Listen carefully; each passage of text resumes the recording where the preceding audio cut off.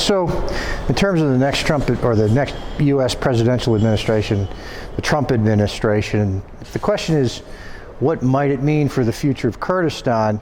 And I'll run through a few points with you.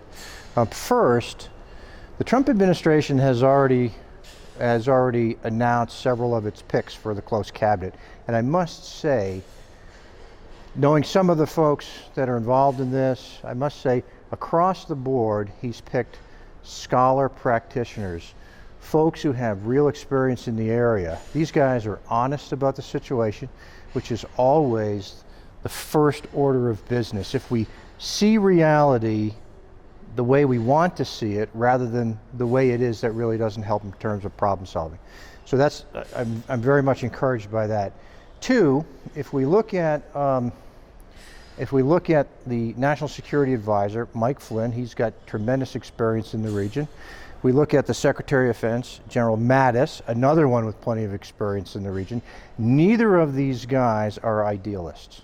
They do have high values, they have tremendous vision for the future, but they understand what it means to pay attention to the situation on the ground.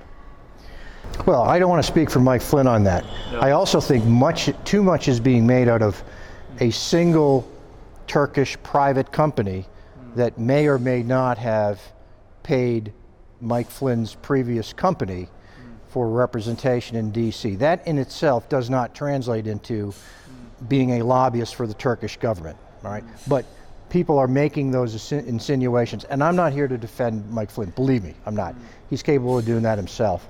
But yes, I agree that the jury is still out as to how this administration may approach the Kurdish situation in Rojava.